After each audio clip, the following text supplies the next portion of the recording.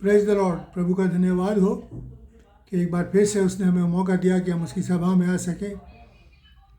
प्रभु की सभा में आप सबका एक बार फिर से स्वागत है। प्रभु आप सबको आशीष दे। हम परमेश्वर के वचन में चलेंगे। हम पढ़ेंगे दानियल नबी की पुस्तक, उसका 7वां अध्याय और 9 और 10 पद। दानियल नबी की पुस्तक 7वां अध्याय, उसका 9 और 10 पद। और यहाँ पर परमेश्वर का वचन हमको बताता है कि मैंने देखते देखते अंत में क्या देखा कि सिंहासन रखे हैं और कोई अति प्राचीन विराजमान हुआ। उसका वस्त्र हिमसा उजला और सिर के बाल निर्मल ऊन सरीखे थे। उसका सिंहासन अग्निमय और उसके पहिए धधकती हुई आग कैसे दिखाई पड़ते थे। उस प्राचीन के सम्मुख से आग की धारा निकल कर बह रही थी। फिर हजारों हजार लोग उसकी सेवा टहल कर रहे थे और लाखों फरिश्ते उसके सामने हाजिर थे। फिर न्यायी बैठ गए और पुस्तकें खोली गईं। परमेश्वर आज के वचन के पढ़े और सुने जाने पर बहुतायत से आशीष दे। आज जैसे कि यहाँ पर पढ़ा गया, आपने देखा कि परमेश्वर जो है हमारा अति प्राचीन है। आज हम सीनियर सिटीज़न के विषय में बात करेंगे, प्राचीन के विषय में बात करेंगे। प्राचीन क्या है कि हमारा परमेश्वर से लिखा है कि प्राचीन है। और बाइबल के अंदर जो बुज़ुर्ग हैं उनको प्राचीन और पुरनियों का नाम से जाना जाता है। और यही आज हम देखेंगे कि इसका क्या महत्व है, क्यों हम ये सीनियर सिटीज़न डे जो है मनाते हैं। बहुत सी जगह पर इसको वाइट संडे के रूप में भी मनाया जाता है। और इस दिन कलीसिया जो है अपने बुज़ुर्गों को, जो कलीसिया के बुज़ुर्ग हैं, उनको सम्मानित करती है। उनके लिए तरह तरह के प्रोग्राम किए जाते हैं, गिफ्ट वगैरह दी जाती हैं। और परमेश्वर ने एक बहुत बड़ा आदर जो है अपने इन बुज़ुर्गों को, कलीसिया के जो बुज़ुर्ग लोग हैं उनको दिया है। और कलीसिया में ये जो दिन जो मनाया जाता है, ये पेंतुकुस्त के दिन के बाद से मनाया जाना शुरू हुआ है। लेकिन इसका ये रिकॉर्ड अभी नहीं है हमारे पास कोई कि ये कब से शुरू हुआ। लेकिन ये उसी दिन जिस दिन पवित्र आत्मा पहली कलीसिया के ऊपर उतरा था, उस दिन से इस दिन को जो है वो सीनियर सिटीज़न के रूप में मनाया जाता है। और इस संसार में भी इन्हें भी इसकी अहमियत को समझा। अमेरिका के जो रोनाल्ड रीगन, जो पहले पूर्व प्रधानमंत्री थे, प्रेसिडेंट थे, उन्होंने 1988 के अंदर ये प्रस्ताव रखा कि ये दिन जो है, इस दिन के बारे में, बुज़ुर्गों के बारे में कुछ सोचा जाए। और फिर ये डिसाइड किया गया कि 21 अगस्त को हर साल वर्ल्ड सीनियर सिटीज़न डे जो है मनाया जाएगा। और तब से लेके आज तक 21 अगस्त को ये सीनियर सिटीज़न डे जो है पूरी दुनिया के अंदर मनाया जाता है, सेलिब्रेट किया जाता है, ऑब्ज़र्व किया जाता है। मगर कलीसिया ने इसकी अहमियत को उससे भी बहुत पहले समझ लिया था। और अब हम देखेंगे कि परमेश्वर का वचन इस विषय में हमें क्या कहता है, क्या बताता है, क्या निर्देश हमको देता है। जैसे कि अभी हम पढ़ेंगे दानियल नबी की पुस्तक में हमने पढ़ा। और यहाँ पर क्या है, दानियल नबी की पुस्तक 9 और 7 और उसकी 9 और 10 में क्या लिखा है। जैसे अभी हमने पढ़ा कि देखते ही देखते अंत में क्या देखा कि सिंहासन रखे गए और कोई अति प्राचीन विराजमान हुआ। उसका वस्त्र हिमसा उजला और सिर के बाल निर्मल ऊन के सरीखे थे। उसका सिंहासन अग्नि में और उसके पहिए धधकती हुई आग के से दिखाई पड़ते थे। उस प्राचीन के सम्मुख से आग की धारा निकल कर बह रही थी और हजारों लोग उसकी सेवा टहल कर रहे थे और लाखों लोग उसके सामने हाजिर थे। एक अति प्राचीन, हमारा परमेश्वर जो है वो भी अति प्राचीन है।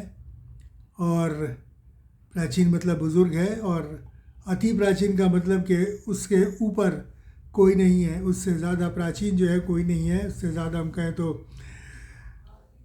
पुरनिया हमारा कोई नहीं है, हमारा परमेश्वर है। और परमेश्वर ने यही दर्जा अपनी कलीसिया के बुज़ुर्गों में दिया है, प्राचीन और पुरनियों को। कलीसिया के बुज़ुर्गों को, कलीसिया के वृद्धों को ये दर्जा हमको दिया गया है। इसलिए प्रभु चाहता है कि जैसे उसकी सेवा टहल होती है, वैसे ही हम लोग अपने बुज़ुर्गों का भी आदर करें, अपने उन प्राचीनों का हम आदर करें, उन पुरनियों का हम आदर मान करें। कि ये परमेश्वर की इच्छा है और इस चीज़ को हम आगे परमेश्वर के वचन के अनुसार देखते हुए चलेंगे।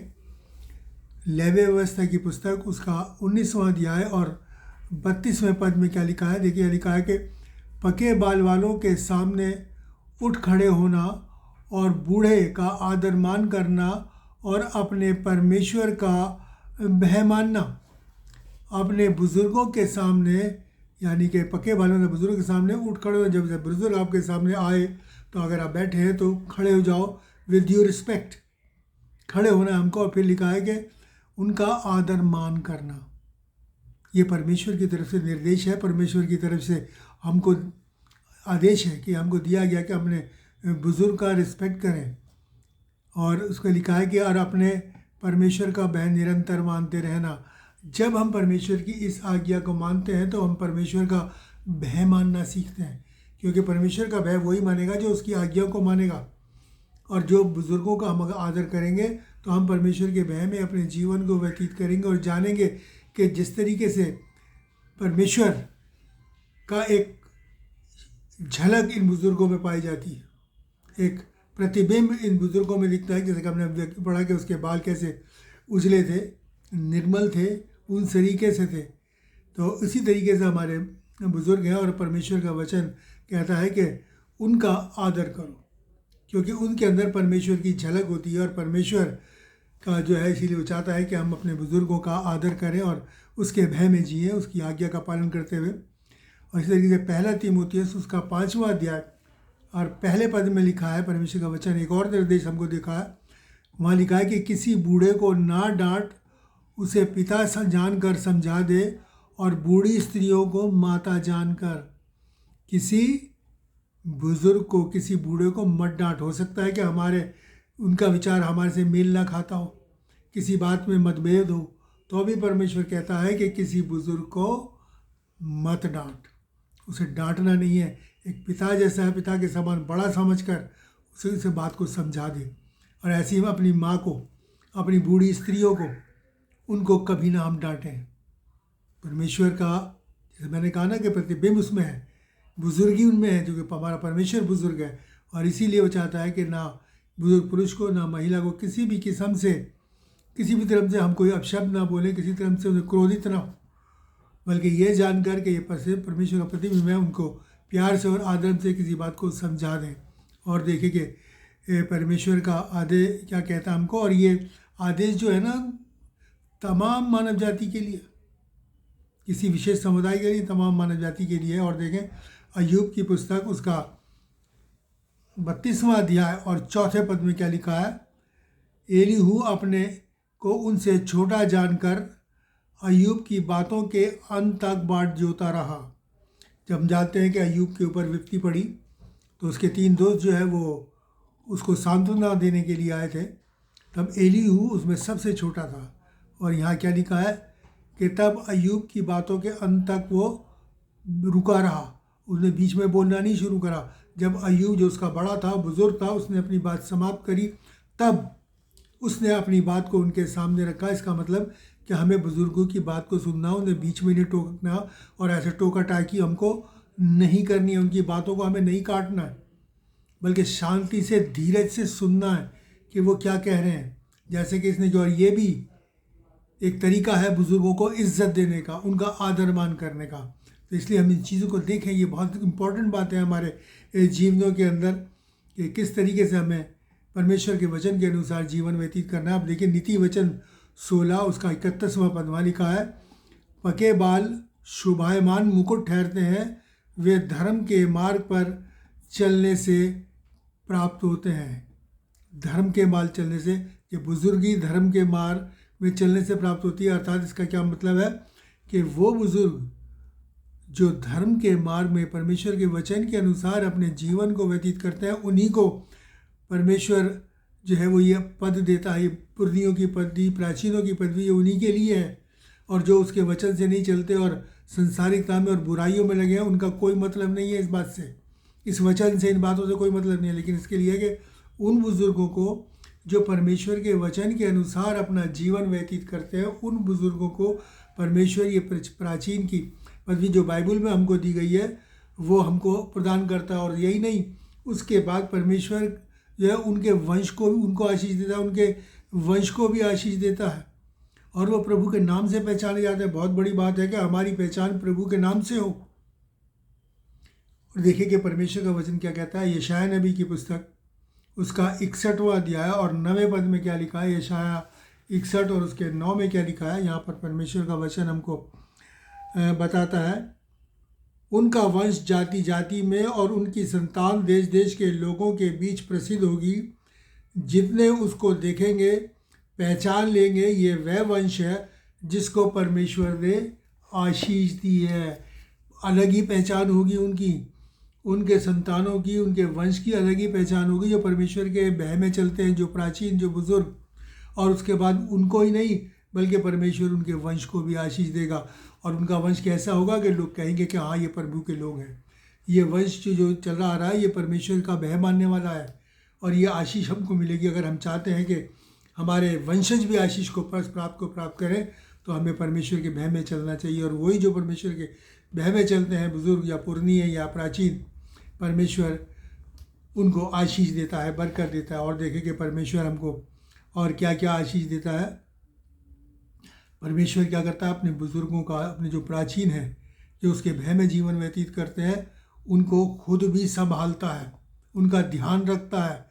उनके विषय में भी देखिए परमेश्वर क्या कहता है। ऐसा नहीं कि परमेश्वर ने सिर्फ ये वचन नहीं, उनका किस तरीके से उनकी केयर करता है। परमेश्वर खुद उनका आदर मान करता है, उनसे प्यार करता है। कैसे देखें, यशाया 46 और उसका 4था पद, यहाँ पर क्या लिखा देखें। यशाया 46 और उसके 4थे पद में लिखा है, तुम्हारे बुढ़ापे में भी मैं वैसा ही बना रहूँगा, तुम्हारे बाल पकने के समय तक तुम्हें उठाए रहूँगा। मैंने तुम्हें बनाया है और तुम्हें लिए फिरता रहूँगा। मैं तुम्हें उठाए रहूँगा और छुड़ाता रहूँगा। कितनी बड़ी बात है। ये कलीसिया के बुज़ुर्गों के लिए क्या है कि मैं तुम्हारे बुढ़ापे में भी वैसा ही बना रहूँगा, तुम्हारे बाल पकने तक भी मैं तुमने बनाया, मैं तुम्हें लिए फिरूँगा। परमेश्वर हमको लिए फिरेगा। इस और फिर किस बात का हमको डर है। और लिखा है, मैं तुमको लिए फिरता रहूँगा और तुम्हें उठाए रहूँगा। जिसको परमेश्वर उठाए ले अपने हाथों में, अपनी बाहों में, फिर उसे और क्या चाहिए। और तुम्हें छुड़ाता भी रहूँगा, तुम्हें हर विपत्ति से, परेशानी से मैं तुम्हें छुड़ाता भी रहूँगा। ये आशीष परमेश्वर उस बुढ़ापे में भी देगा। और देखिए क्या लिखा है इसके लिए। भजन संहिता 92 और उसका 12वां पद, भजन संहिता 92 और उसका 12 से 14 पद, यहाँ पर परमेश्वर का वचन हमको बताता है। यहाँ देखिए क्या लिखा है। धर्मी लोग खजूर के समान फले फूलेंगे और लेबनान के देवदार के समान बढ़ते रहेंगे, बड़े होंगे। वे यहोवा के भवन में रोपे जाकर हमारे परमेश्वर के आंगन में फूलेंगे। पुराने होने पर भी वो फलते रहेंगे और रस भरे और लहलाते रहेंगे। और क्या मतलब हुआ कि मतलब बुजुर्गी में भी वो रस भराते रहेंगे। मतलब वो हमारी जवानी को उकाब की नया करेगा। रस भरे मतलब कि उन्हें इस बुढ़ापे का कोई गम नहीं होगा, बल्कि इसमें भी वो परमेश्वर के से बल प्राप्त कर वो एक अच्छा, एक सामर्थ्य जीवन परमेश्वर के अंदर जिएंगे। वो रस भरे रहेंगे और लहलाते रहेंगे। कौन? वो जो परमेश्वर के भवन में रोपे जाकर, वो बुजुर्ग जो परमेश्वर के भय में अपने जीवन को व्यतीत करते हैं, उनके लिए परमेश्वर किस तरीके से केयर करता है। और फिर क्या है, धर्म क्या है, हम ये भी देखें किस तरीके से परमेश्वर के हृदय लिखा। यिर्मयाह उसका 17 और 7 और 8 पद, यिर्मयाह 17 उसका 7 और 8 पद में लिखा है, धन्य है वह पुरुष जो परमेश्वर पर भरोसा रखता है, जिसने परमेश्वर को अपना आधार माना है। वह उस वृक्ष के समान होगा जो नदियों के किनारे लगाया गया और उसकी जड़ जल के पास फैली हो। जब धूप होगी तब उसको ना लगेगी, उसके पत्ते हरे रहेंगे और सूखे वर्ष में भी उनके विषय में कोई चिंता ना होगी, क्योंकि वह तब भी फलता रहेगा। कौन फलता रहेगा? धन्य है वह पुरुष जिसने परमेश्वर को अपना आधार माना हो और उस पर भरोसा रखा हो। अगर हमारा भरोसा प्रभु यीशु मसीह पर है और हमने उसे अपने जीवन का आधार माना है, तो कहता है कि वो ऐसे वृक्ष के समान होगा जो नदियों के किनारे लगाया गया हो। मतलब जो वृक्ष नदी के किनारे लगे रहते हैं वो मुरझाते नहीं, क्योंकि उन्हें जल, पानी और खाद सब बराबर रूप से प्रॉपर उनको मिलता रहता है। और जब कितनी तेज़ धूप हो तो कहता है उसमें भी वो उसके पत्ते जलेंगे नहीं, वो मुरझाएगा नहीं, बल्कि वो क्या रहेगा, उसके पत्ते हरे रहेंगे। वो पत्ते हरे का मतलब ये होगा वो खुद भी फलेगा, उसके वंशज भी हरे भरे रहेंगे, क्योंकि परमेश्वर उनको आशीष देगा। और सूखे के वर्ष में भी उन्हें कोई चिंता नहीं, अगर सूखा भी पड़ेगा तो भी उन्हें कोई चिंता नहीं होगी, क्योंकि उनकी जड़ प्रभु यीशु मसीह में पक्की है। इसीलिए प्रभु यीशु मसीह ने कहा है कि मैं दाखलता हूँ और तुम मेरी डालियाँ हो। तो हमें भोजन कहाँ से मिलता है? प्रभु यीशु मसीह से, क्योंकि हम उसकी डालियाँ हैं। इसलिए हम सूखे के वर्ष में भी लहलाते रहेंगे। हमें किसी बात का डर या किसी बात की गम ना होगी। बस यही है कि हम परमेश्वर पर विश्वास रखें और उसे अपने जीवन का आधार मानते हुए चलते। आगे देखिए अय्यूब की पुस्तक उसका 12वां अध्याय और 12वें पद में परमेश्वर का वचन हमको क्या बताता है? बूढ़ों में बुद्धि पाई जाती है और लंबी आयु वालों में समझ होती है। बूढ़ों में बुद्धि पाई जाती है और लंबी आयु, बड़ी आयु होती है, बड़ी उम्र के जो लोग होते हैं उनके अंदर समझ पाई जाती है। ये परमेश्वर का वचन कहता है कि ये लोग समझदार हैं। लेकिन क्या होता है, आजकल बुजुर्गों की कोई आदर नहीं। वो तो कहते हैं कि अब तुम बूढ़े हो गए, अब तुम्हें ये बातें समझ में नहीं आ सकती है, हम नई पीढ़ी के लोग हैं। लेकिन परमेश्वर का वचन कहता है आजकल के लोगों को यही बातचीत है। उनके लिए जो बुज़ुर्ग है वो एक बेकार का आइटम है। ऐसा लगता है कि उनको खाना देना भी पैसे को वेस्ट करना। और क्या क्या बुज़ुर्गों के साथ होता है, आप रोज़ अखबारों में पढ़ते हैं निरंतर, आप उसे जानते हैं इन बातों को। लेकिन परमेश्वर का वचन हमें कहता है जो उत्पत्ति से लेकर और दुनिया के अंत तक वही रहेगा, उसमें कोई बदलाव नहीं होता। संसार और उसकी मान्यताएं बदलती रहती हैं, परमेश्वर का वचन कहता है। लेकिन जो परमेश्वर के वचन के अनुसार चलता है वो सर्वदा बना रहेगा।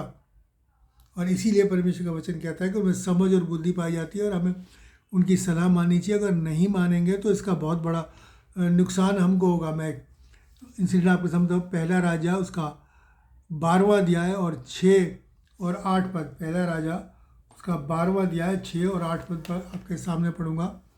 और यहाँ पर लिखा है कि तब राजा रहूबियाम ने उन बूढ़ों से जो उसके पिता सुलेमान के जीवन भर उसके सामने उपस्थित रहा करते थे सम्मति ली कि इस प्रजा को कैसा उत्तर देना चाहिए, इसमें तुम क्या सम्मति देते हो, क्या सलाह देते हो। और उन्होंने सलाह दी थी।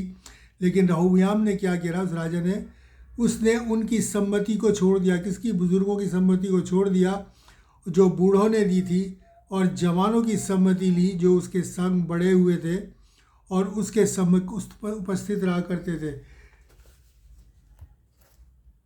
उसने क्या करा? बूढ़ों की सम्मति को और जवानों की सम्मति को माना, और बूढ़ों की जो सलाह जो बूढ़ों ने दी थी उसको नहीं माना।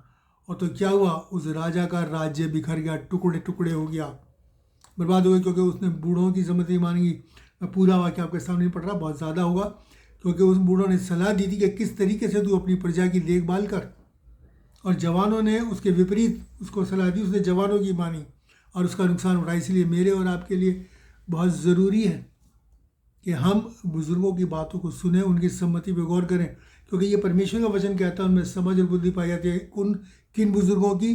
जिन्होंने परमेश्वर को अपना आधार माना है और परमेश्वर के ऊपर विश्वास रखते हैं। उनकी जो बुराइयों में लगे हुए हैं उनकी नहीं, जो याशियों में लगे हुए उनकी नहीं, केवल परमेश्वर के लोगों की, परमेश्वर के जनों के लोग जो उनको मानते हैं वो आपको सही सलाह देंगे, क्योंकि उनका संपर्क प्रभु से बना रहता है निरंतर। और देखिए क्या क्या परमेश्वर का वचन क्या कहता है। प्रेरितों के काम उसका 14 अध्याय और 23वां पद। प्रेरितों के काम उसका 14वां अध्याय और 23वें पद में क्या लिखा है? यह लिखा है, उन्होंने हर एक कलीसिया में उनके लिए प्राचीन ठहराए और उपवास सहित प्रार्थना करके उन्हें प्रभु के हाथ सौंपा कि जिस पर उन्होंने विश्वास किया था। क्या करा उन्होंने? कलीसियाओं में क्या ठहराए? प्राचीन ठहराए, अगुवे ठहराए। उन्होंने कलीसिया के अंदर कौन? परमेश्वर के प्रभु यीशु मसीह के चेलों ने प्राचीन बनाए, उन्होंने अगुवे ठहराए। और क्यों क्यों ठहराए? ताकि कलीसिया का प्रबंध परमेश्वर के भय में आराम सुचारू रूप से चल सके, कोई गड़बड़ी ना हो, लोग उनकी गाइडेंस में परमेश्वर की निकटता में चलना सीखें। और पहले तो याजक हुआ करते थे, लेकिन आजकल पास्टर और डीकन्स जो ठहराए गए, जो अभी आपके सामने पढ़ा, इनको भी परमेश्वर ने प्राचीन का औहदा दिया है, प्राचीन का दर्जा दिया है। इसलिए हमें भी चाहिए कि उनकी आज्ञाओं का पालन करें, उनकी सम्मति का ध्यान दें, ताकि वो परमेश्वर में बने रहें और परमेश्वर की इच्छा के अनुसार कलीसिया का प्रबंध जो है वो सुचारू रूप से चले। इसीलिए इन प्राचीनों को परमेश्वर ने कलीसिया में ठहराया, अगुओं को कलीसिया में ठहराया गया है। और परमेश्वर का वचन इब्रानियों 13 उसके 7वें पद क्या कहता है? कि अपने अगुओं की मानो और उनके अधीन रहो, क्योंकि वो परमेश्वर के अधीन है। और किन को चुना था? जो परमेश्वर का भय मानते थे और दुआ करके उन्हें परमेश्वर के उनके हाथों में सौंपा था, क्योंकि वो उन्होंने भी परमेश्वर प्रभु यीशु मसीह पर विश्वास किया था। और इसीलिए ये प्राचीन जो है ये ठहराए गए, क्योंकि इनको भी प्राचीन का शब्द दिया गया है, क्योंकि ये परमेश्वर की ओर से ठहराए हुए वो अगुवे हैं जो कि कलीसिया को संभालते हैं, उनके लोगों को संभालते हैं और तमाम प्रबंध पे अपना कंट्रोल रखते हैं कि कोई भी बात कलीसिया के लोग हैं वो दाएं बाएं ना मुड़ें। इसलिए हमें परमेश्वर का वचन ये हिदायत भी देता है कि हम अपने अगुओं की माने और उनके अधीन रहे, और ऐसा हमें करना है। ये परमेश्वर की आज्ञा है, मैं नहीं कह रहा, ये परमेश्वर के वचन से आपको मैंने अभी पढ़ के सुनाया है।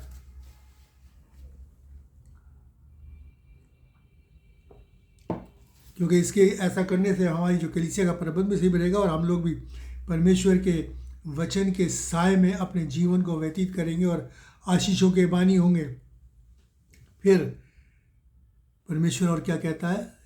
और भी इंस्ट्रक्शन देता है। परमेश्वर कहता है जो ऐसे प्राचीन हैं, ऐसे बुजुर्ग हैं कलीसिया के, जो ज़रूरतमंद हैं, हमें उनकी सहायता करनी है, हमें उनकी सहायता करनी है। देखिए पहला शमूएल उसका 30वां अध्याय और 31वां पद।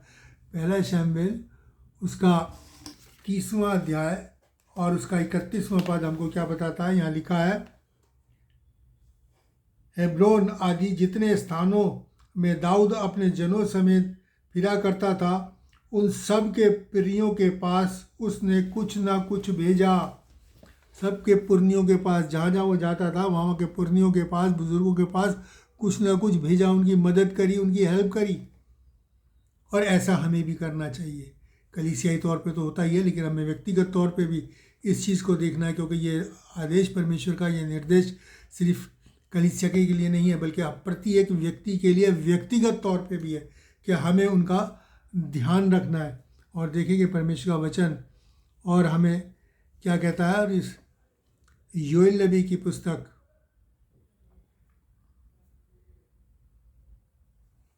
उसका पहला अध्याय और उसका 14वां पद, इसको पढ़ें। और यहाँ पर परमेश्वर एक और बात हमको बताते हैं कि पहले हर कार्य में बुज़ुर्गों पुरनियों का योगदान होता था। उनको ख़ास तौर से इनवाइट किया जाता, बुलाया जाता था कि वो उन धार्मिक कार्यों में, उन कार्यों में जो वो करते हैं वहाँ मौजूद रहें, ताकि उनकी मौजूदगी के द्वारा इनको एक तो सही गाइडेंस मिले और फिर परमेश्वर की हजूरी बनी रहे। क्योंकि परमेश्वर अपने प्रतिरूप को निहारता, और वो जो परमेश्वर के बुज़ुर्ग हैं जो उस पर विश्वास करते हैं, जिन्होंने आधार माना है, वो परमेश्वर से डायरेक्ट संपर्क में रहते हैं दुआ प्रार्थना के द्वारा।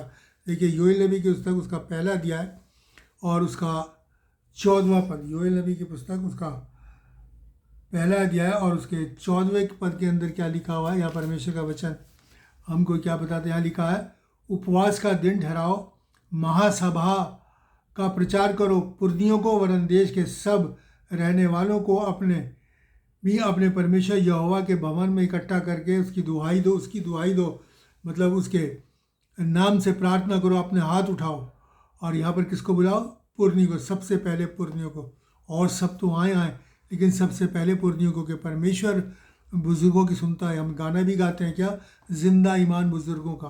और वो ईमान जब हमारा ज़िंदा है और उसमें जीवन पाया जाता है और तो परमेश्वर हमारी प्रार्थना को सुनता है। और पुरनियों की मौजूदगी उस ईमान के द्वारा हमारी उस दुहाई को भी सुनती है, जो हम परमेश्वर विपत्ति के समय या किसी भी चीज़ के लिए हम परमेश्वर को पुकारते हैं, तब हमारी विनती सुनी जाती है, क्योंकि उसमें परमेश्वर के बुज़ुर्ग जो कि अति प्राचीन हमारा परमेश्वर है, उसके सम्मुख प्राचीन लोग भी मौजूद होते हैं। और देखिए क्या कहता है, पहला राजा उसका 8वां पद और उसकी पहली आयत। पहला राजा उसका 8वां पद और उसकी पहली आयत में क्या लिखा है, यहाँ पर लिखा है, तब सुलेमान ने इज़राइल के पुरनियों और गोत्रों के सब प्रमुख पुरुषों को भी, जो इज़राइल के पूर्वजों के घराने के थे, यरूशलेम में अपने पास इस विचार से इकट्ठा किया कि वे यहोवा की वाचा का संदूक दाऊदपुर अर्थात सय्योन से ऊपर ले जाएं।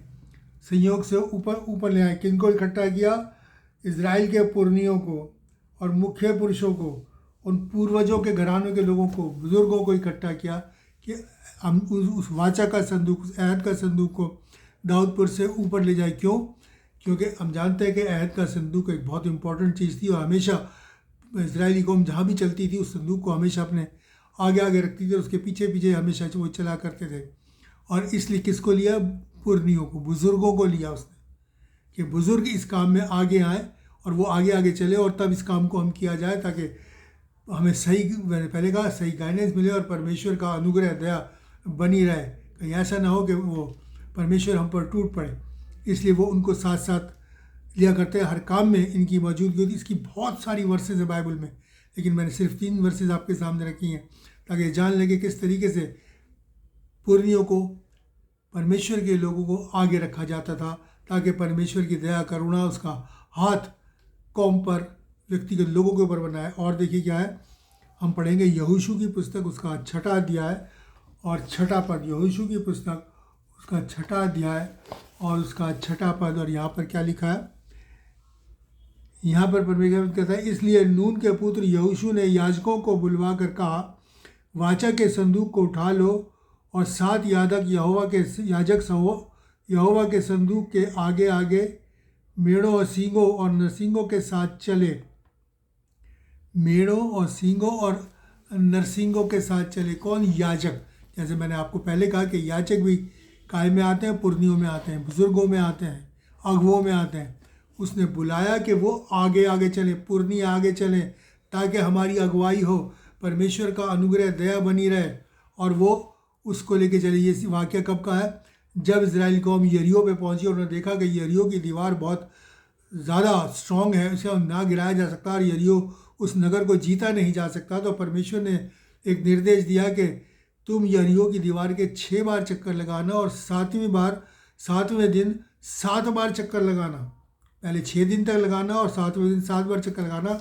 और उस चक्रों में क्या हुआ था कि वो अहद के संदूक याजक यानी कि पुरनिये लेके चलते थे। और उसका नतीजा क्या हुआ, जब उन्होंने 7वें दिन 7 बार चक्कर लगाया तो वो दीवार जो है वो गिर गई और यरीहो जो है वो जीत लिया गया, यरीहो नगर जीत लिया गया। इसी तरीके से मेरे प्यारे भाई बहनों, हमारे व्यक्तिगत जीवन में, पारिवारिक जीवन में, सामाजिक जीवन में बहुत सी दीवारें हैं, बहुत सी दीवारें हैं, बीमारी की दीवारें हैं और बहुत सी कठिनाइयाँ हैं, परेशानियाँ हैं, दुख और तकलीफ़ की बड़ी बड़ी स्ट्रॉन्ग दीवारें हैं, जिनको हमें लगता है कि असंभव है हमें इन पर काबू पाना, इनको जीतना। लेकिन अगर हम अपने घरों में, अपने परिवारों में, अपनी कलीसियाओं में बुज़ुर्गों को आदर मान देंगे, उन परनियों को आदर मान देंगे, तो मेरे प्यारे भाई बहनों, ये दीवारें गिर जाएंगी, क्योंकि ये वो बुज़ुर्ग हैं जो रात दिन परमेश्वर से अपनी लौ लगाए रहते हैं। और जब उनसे लौ लगाए रहते हैं, अगर हमारे घर में बुज़ुर्ग हैं, हम उनका आदर मान करते हैं, तो परमेश्वर, वो बुज़ुर्ग जब आशीर्वाद देते हैं तो वो फलता है। परमेश्वर का वचन कहता है और आशीर्वाद ये उनके ऊपर ठहरेगा भी, उन पर फलता है। इसी तरीके से कलीसिया के बुज़ुर्गों में जब आदर मान पर उसको दिया जाता है तो कलीसिया भी बढ़ती है और तरक्की करती है। इसी तरीके से समाज बढ़ता है। अगर जिस समाज में बुज़ुर्गों को आदर नहीं दिया जाता, वो समाज कभी भी तरक्की नहीं कर सकता, किसी भी हालत में तरक्की नहीं कर सकता वो समाज। इसलिए हमारे जीवनों में बुज़ुर्गों को आदर देना, फिर चाहे कैसी भी कठिनाई हमारे जीवन के अंदर क्यों ना हो, चाहे वो फाइनेंशियल हो, चाहे दुख तकलीफ परेशानी की हो, या कोई और हो, कैसी भी बड़ी समस्या हो, पहाड़ सी समस्या हो, परमेश्वर उस तमाम चीज़ों को ढा देगा और हमारे लिए चंगाई के और हमारे लिए रास्ते खोलेगा। उन सब बातों से बातें हमसे दूर करेगा। उसने क्या कहा है कि मैं तुम्हें छुड़ाता भी रहूँ, लिए फिरूँगा और छुड़ाता भी रहूँगा। कब? जब हम अपने बुज़ुर्गों का आदर मान करेंगे। बुज़ुर्गों का आदर मान कर, परमेश्वर की ये इच्छा है, इसलिए परमेश्वर चाहता है कि ऐसे ही करें। देखेंगे परमेश्वर का वचन और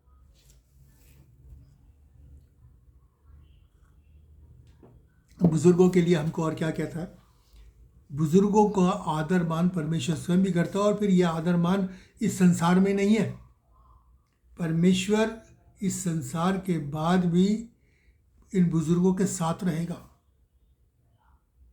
इन बुज़ुर्गों के साथ राज्य करेगा। ये मैं नहीं, परमेश्वर का वचन कह रहा है। सिर्फ यहाँ ही नहीं, वहाँ भी परमेश्वर इन बुज़ुर्गों के साथ रहेगा। देखिए परमेश्वर का वचन क्या कहता है। यशाया 24 और उसका 23वां पद। यशाया 24 और उसका 23वां पद। और यहाँ पर परमेश्वर का वचन हमको क्या बताता है, इस चीज़ को ध्यान से देखें, सुने।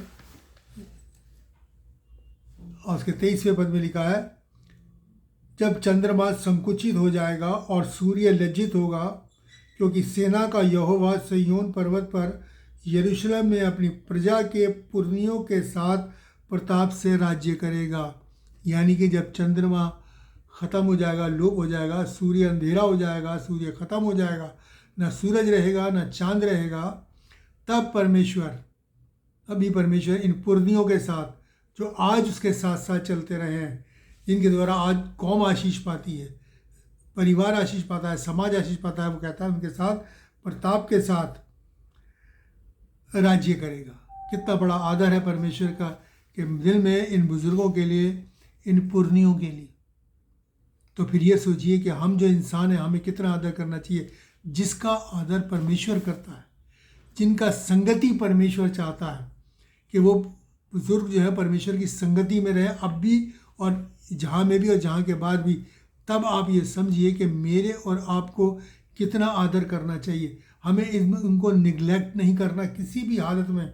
बुज़ुर्गों को, उनको डिसरिस्पेक्ट नहीं करना, उनको बेइज्जत नहीं करना, लज्जित नहीं करना, बल्कि उन्हें एक परमेश्वर का वरदान समझ के अपने घरों में, परिवारों में और समाज में उसको एक्सेप्ट करना है और उसको आदर देना है, उनकी इज्जत करनी है।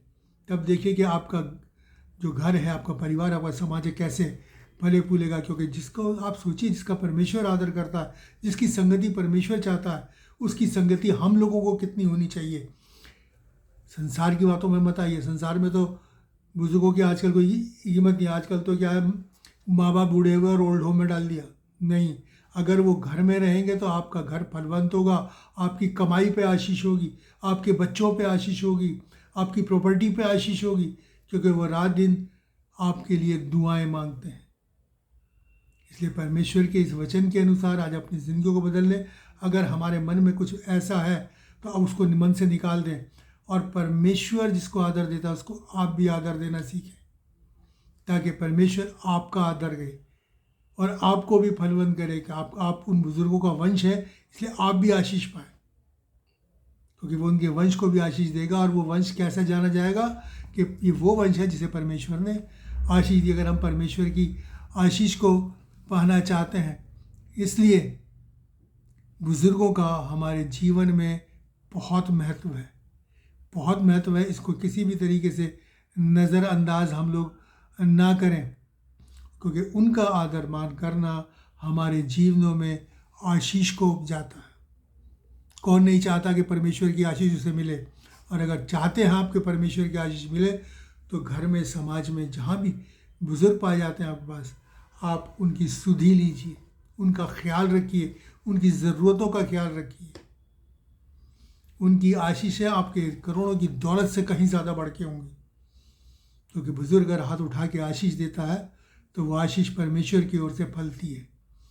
इसलिए हमें अपने बुज़ुर्गों का हर हालत में आदर करना चाहिए, और बल्कि ख़ास तौर से मसीही जीवन के अंदर ये एक बहुत ही इम्पॉर्टेंट बात है, बहुत ही इम्पॉर्टेंट मसीह जीवन का हिस्सा है कि हमें ये कार्य करना है।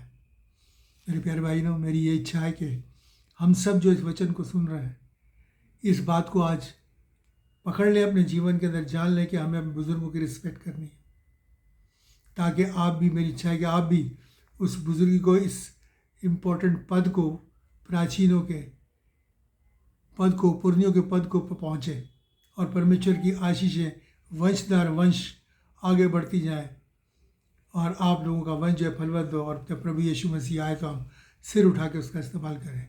प्रभु इन वचनों के द्वारा आप सबको आशीष दे। आइए हम प्रार्थना करें। महान और दयालु परमेश्वर, तेरा धन्यवाद हो तेरे वचन के लिए। प्यारे बाप आसमानी, जब भी तेरा वचन खुलता है तो ये प्रकाश होता है, और आए बाप आसमानी, हम तेरे वचन से पिता परमेश्वर उस स्वर्ग के जीवन को इस पृथ्वी पर ही जीना सीखते हैं कि किस तरीके से हमें पृथ्वी पर लोगों के साथ व्यवहार करना है, किसके साथ कैसे जीना है। तेरा शुक्र हो, आज तूने बड़ी ख़ास और इम्पोर्टेंट बात हमें अपने वचन से बताई। हम सबको शक्ति और सामर्थ्य दे कि इस वचन के अनुसार हम अपने जीवनों को ढाल लें और उस अति प्राचीन के प्रतिरूप को, जो हमारे घरों में बुज़ुर्गों के रूप में पाए जाते हैं, आदर और मान दें। प्रभु, सबके लिए आशीष मांगते हुए धन्यवाद के साथ प्रार्थना प्रभु यीशु के नाम से, आमीन। और अब हमारे प्रभु यीशु को अनुग्रह, पिता का प्रेम और पवित्र आत्मा की सहभागिता हम सबके साथ और तमाम विश्वासियों के साथ अब से लेकर हमेशा तक होती है, आमीन। प्रभु आप सबको आशीष दे। मैं फिर से निवेदन करूंगा कि आप सब लोग इस वचन को ज़्यादा से ज़्यादा शेयर करें, सब्सक्राइब करें, ताकि ये वचन दुनिया के छोर तक पहुँचे और परमेश्वर की मंशा आपके परिवारों में, आपके बच्चों में, आपके वंश में पूरी हो, आपका वंश आशीषित हो। क्योंकि बुज़ुर्गों का आदर करना सिर्फ हमारे लिए नहीं, बल्कि हमारे वंश के लिए भी लाभकारी है। और ये ऐसा करना मेरा तो है ही है, लेकिन सबसे पहले परमेश्वर की भी ये इच्छा है। इसीलिए ये बातें उसने इस वचन के अंदर मेरे और आपके लिए की है। प्रभु आप सबको आशीष दे। God bless you.